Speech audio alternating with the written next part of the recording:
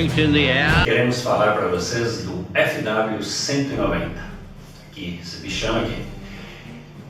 Este avião, ele surgiu de certa maneira com um conceito contrário dos aviões da época. O Bf-109 alemão e o Spitfire, eles valorizavam velocidade, manobrabilidade e eram conhecidos na gíria da aviação como puros sangues, ou seja, cavalos de corrida, para vencer na velocidade. Muito bem, mas havia um homem chamado Kurt Tank, que havia lutado na Primeira Guerra Mundial e tinha sentido os horrores da Primeira Guerra Mundial. Toda guerra é horrorosa, mas a Primeira Guerra, ela foi especialmente ou terrificamente, talvez a guerra mais horrorosa, por causa das trincheiras, por causa dos corpos abandonados, por causa do gás, armas novas que surgiram. Até se acreditou que quando ela acabou a Primeira Guerra, bom, nunca mais o homem entrará em guerras. Foi a guerra para acabar com todas as guerras.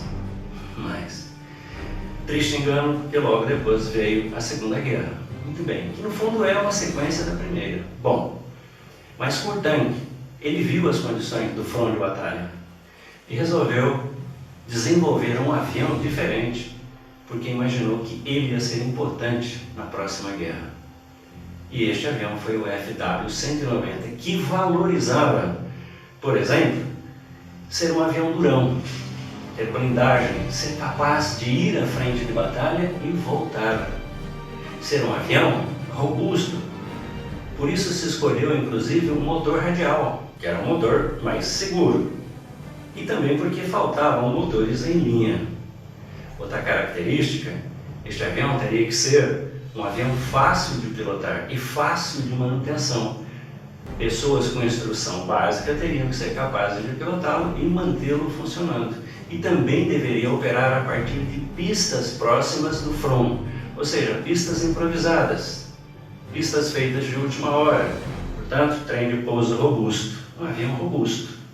Assim surgiu o FW-190, que acabou se tornando um dos aviões mais manobráveis, um dos aviões... Bom, a maioria das pessoas diz o seguinte: o 190 foi o melhor caça alemão da Segunda Guerra Mundial, o que não é pouco. Kurt Tank também descartou o canopy integrado à fuselagem, que era o padrão na época, e adotou o tipo bolha, que mais tarde seria adotado pelos demais caças da Segunda Guerra. Na época, a transmissão dos comandos saía do canopy, do cockpit, para as partes móveis dos aviões. Eles eram de cabo de aço, e estes cabos com o tempo afrouxavam. Bem, nosso amigo Kurt Tank substituiu por conexões rígidas, o que melhorou muito a eficiência dos comandos. Também utilizou sistemas elétricos, motores elétricos, que aliás era uma inovação norte-americana. No primeiro semestre de 41, o 190, finalmente após inúmeros testes e modificações, chegou à frente de batalha.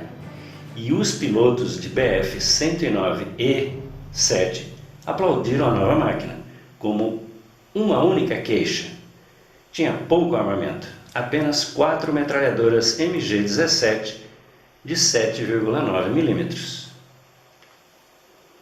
Já no início de 42 surgiu a versão A3, com motor de 1700 HP, que era o motor BMW 801. O armamento foi padronizado para 4 canhões e 2 metralhadoras. Nessa época, os caças britânicos já tinham passado a fazer incursões sobre território inimigo, porque tinham alcançado alguma superioridade com o seu Spitfire Mk5. Mas os Spitfires foram surpreendidos por esquadrões de 190 que abateram 7 sem perder nenhum dos seus, numa das primeiras incursões dos Spitfires em território sob controle alemão. O comando britânico disse: hoje o melhor caça do mundo é o FW-190 em todos os parâmetros. Em agosto de 42, tropas anglo-canadenses montaram um desembarque anfíbio em Dieppe, na França, tentando iniciar assim a invasão da Europa ocupada. Nos céus, a RAF lançou o seu novíssimo Spitfire 9 e o seu Typhoon, certa de assumir a supremacia aérea. Mas havia 200 FW-190, maioria A4. Nas praias, o massacre foi imenso e no ar a RAF perdeu 106 aviões. Também as fortalezas voadoras foram castigadas quando os alemães descobriram que o melhor ataque era de frente, em ângulo de 10 graus. O que gerou o famoso aviso mais temido pelas fortalezas: 12 o'clock high, 12 o'clock high, ou seja, 12 horas acima, ataque frontal vindo de cima. Mas os homens que construíam estas fortalezas descobriram que a melhor maneira de evitar estes ataques era colocando torres sob o nariz das fortalezas B-17 ou B-24, e com estas torres podiam repelir estes ataques.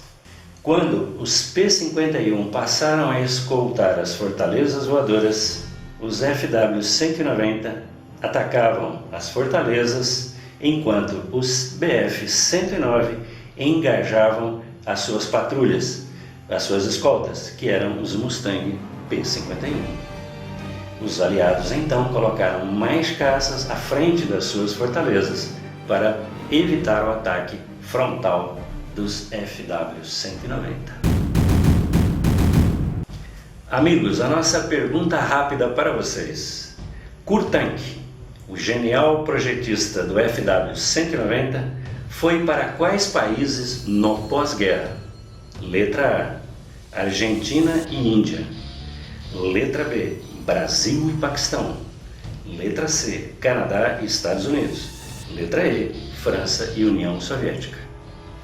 Resposta: letra A: Argentina e Índia, e finalmente acabou indo para a Alemanha, onde ainda trabalhou em projetos de aviação.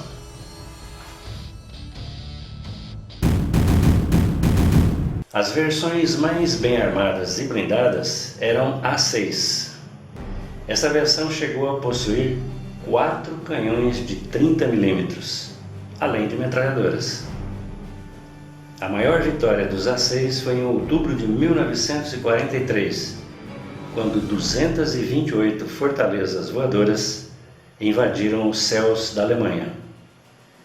79 foram abatidas, forçando o Comando Aeroestratégico Americano a suspender os voos, que praticamente só se reiniciaram quando havia escolta de Mustangs P-51. No final da guerra, os soldados alemães diziam a seguinte frase: se os aviões sobre nós são camuflados, sabemos que são britânicos. Se são prateados, então são americanos. Se não há avião algum, então são alemães.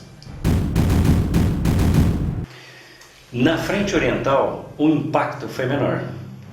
Os 190 eram introduzidos em pequenas unidades no vasto front soviético. Quando a sua quantidade se tornou maior, na primavera de 43, a União Soviética já dispunha de caças, como o Lavochkin 5FN. No primeiro confronto de proporções significativas, onde entraram 10 FW-190 contra 10 Lavochkin, os Lavochkin derrubaram 6 190 e perderam 3 dos seus próprios. O Lavochkin 5FN era 30 km por hora mais rápido que o 190. Ainda na frente oriental e na Batalha de Kursk, se distinguiu o FW-190 como um caça-bombardeiro, levando bombas de 500 e de até 1000 kg. Portanto, era outra das funções em que o FW-190 se distinguiu. Era um ótimo caça-bombardeiro, muito bom para substituir os Stukas. No norte da África, em 1943, eles bateram os Spitfires e inclusive os novos P-38 norte-americanos, mantendo o domínio dos céus no norte da África. Agora com vocês o Eduardo do Armored Corps, para dar o seu show mostrando esta bela máquina por dentro. Fala galerinha, Armored aqui, e atendendo ao pedido do grande professor João, né, vamos trazer algumas visões aí de raio-x de algumas versões do modelo Focke-Wulf 190, beleza? Primeira versão, o modelo Focke-Wulf A1, né, foi a primeira versão desse maravilhoso avião, diga-se de passagem, e uma coisa que era bem interessante, com esse avião aqui, ele trazia 4 metralhadoras, né, duas montadas no nariz do avião e duas montadas na parte interior da asa, né? Então todas elas bem próximas do centro do avião, e as 4 metralhadoras todas sincronizadas com a hélice, né? Então fazia com que o poder de fogo do avião fosse geralmente concentrado, sem espalhar muitos tiros, né? Outro armamento que ele tinha, na verdade, eram 2 canhões de 20mm montados um pouco mais afastados do centro do avião, né, nas asas, e esses canhões aqui eram a versão MGFF, né, os canhões de 20mm. Depois do A1, eu quero mostrar para vocês o A4, principalmente porque o A4 foi a versão que abriu um leque, né, de outras variantes, né? Na versão A4 já havia um motor, o Focke-Wulf já utilizava um motor BMW um pouco mais otimizado, né? E a versão A4 vinha com um armamento muito mais potente, né? 2 metralhadoras de 7.7 montadas no nariz. Ao invés de 2 metralhadoras, agora ele carregava mais 2 canhões montados na parte interior da asa, e 2 canhões montados aí mais afastados, né, dentro da asa. O legal dessa visão de raio-x, inclusive dá para ver não só o canhão dentro da asa, mas também o cinto de alimentação, né? Inclusive dos canhões do MG151 aqui, dá para ver que ele vai com o cinto de alimentação, vai para o interior, quase dentro do cockpit do piloto aqui, ó. Então bem bacana. E depois dessa versão aqui, a versão A4, né, ela trouxe várias outras versões, né, A4A1, A4U1, U2, U3, U4, até o U6, se eu não me engano. E dentre essas versões tinham Focke-Wulfs feitos para ataque ao solo, para reconhecimento, para carregamento de bombas, para ataques de grande altitude, né? Para missões de longo alcance, que eles carregariam, então, no caso, tanques de combustíveis, né, que eles poderiam soltar no meio do caminho.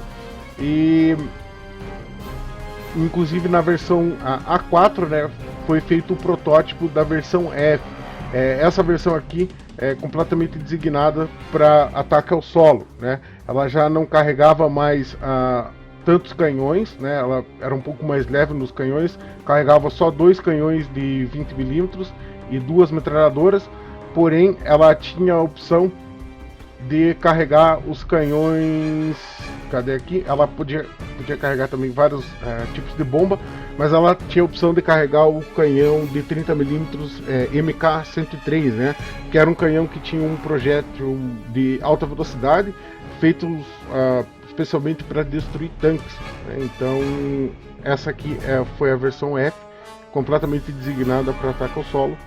E depois veio com a grande mudança, né, da série Focke-Wulf, veio a série D, né, que já não utilizava o motor radial do BMW, né, não era motor radial, e sim um motor em linha retirado do Ju-88, né, o motor Jumo.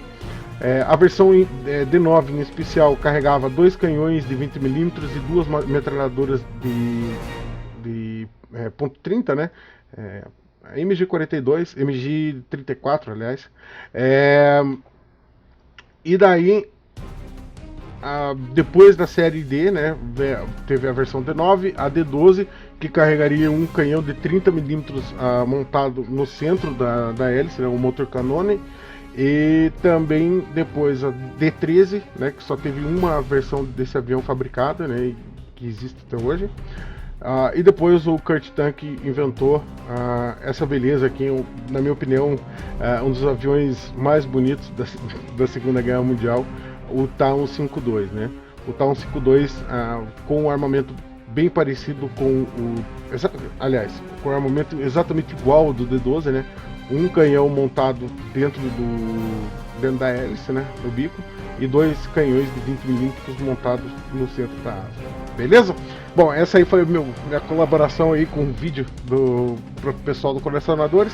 Um abraço para todo mundo, galera.